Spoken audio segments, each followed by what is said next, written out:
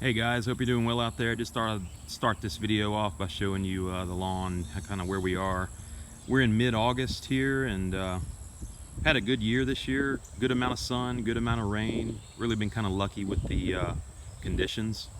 And as a result, the centipede grass that I've got here has filled in amazingly well, and it's just healthy and happy. But let's talk about the pros and cons of bag mowing today. I've been bag mowing the entire season, and I've really noticed a lot of benefits to doing that kind of outweighs the cons for me in my situation. I have, in the past several years, I've had some serious weed problems, and I wanted to try to reduce that weed pressure through bag mowing. And it's kind of common sense. I mean, you're not gonna, when you're bag mowing, you're picking up all those weeds and not blowing them out all over the lawn, so they'll be less prone to spread and just cause even more problems. So I've really noticed a lot of reduction in weed pressure, and that's been a huge benefit, and that's the number one reason why I did it this year. And I coupled that with a couple of atrazine applications in May and mid-June. So those are the only chemicals that I put down this year as far as weed killers, and really tried to naturally reduce my weed pressure through the bag mowing, and it has done a wonderful job. I mean, I've noticed a really good improvement with that. So that's the number one pro. Another pro is just the look that you get from bag mowing. It has kind of a vacuum effect, so that suction action is going to bring up any kind of debris, any little twigs or random leaves in your lawn. When you're done mowing, it just looks great. It's totally clean. It even has a little bit of stripe action in there because of the suction, like a vacuum. So you will see maybe a little bit of that, but I just really like the look of it. It's such a clean cut. And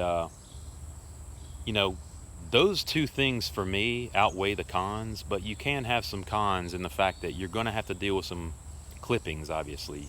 So whether you choose to throw them in a giant bin and put them out your curb or bag them, but I've chosen to use them as much as possible. I started a garden this year, and I've kind of learned on YouTube how to compost carbon or brown material with grass clippings.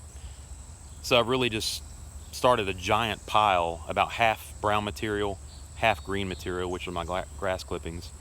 And you mix all that stuff together and just every couple of days, and you just water it. Every time you kind of mix it up, water it, water it, water it. And eventually the carbon or the brown material and the microbes in there will ingest all of the grass clippings, and you toss that around every few days, and it becomes this rich compost after about a month or two. And that's the way I use my clippings.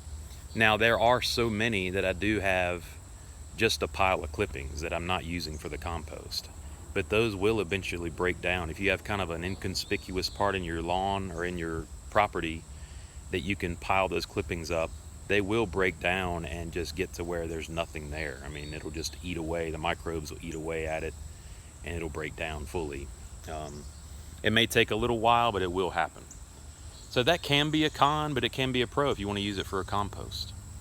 But like I said, I just love the look of the vacuum cut, the kind of the bag cut. I love the fact that it reduces the weed pressure.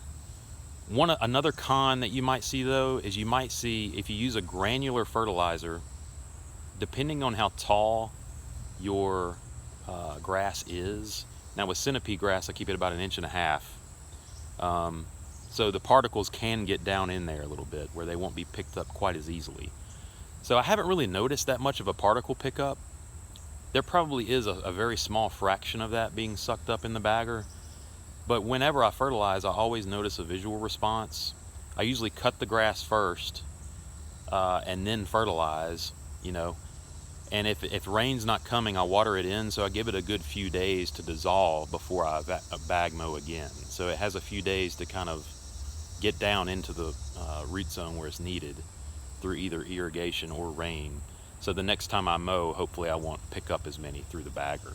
So like I said, I haven't really noticed any negatives or any kind of discoloration, or I don't feel like my fertilizer is being picked up that much. So I think that would be kind of a slight con. Unless you cut your grass like 1 inch or less with a reel mower, you're not gonna see a whole lot of pickup, I don't think. So Uh, Overall, though, I've really enjoyed bag mowing this year, and I think it's helped this lawn fill in well, helps it look the best it's ever looked.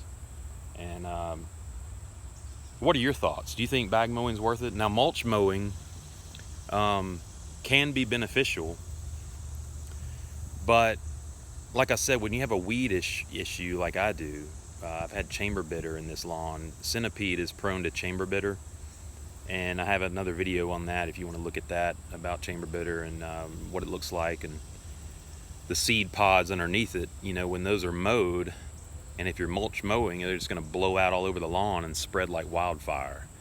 And so I thought my only greatest defense mechanism against that is just a bag mow, and it's worked well for me. So what do you guys think? Do you think bag mowing is a good thing or bad thing, or what? They're good and bad things to both mulch and bag mowing.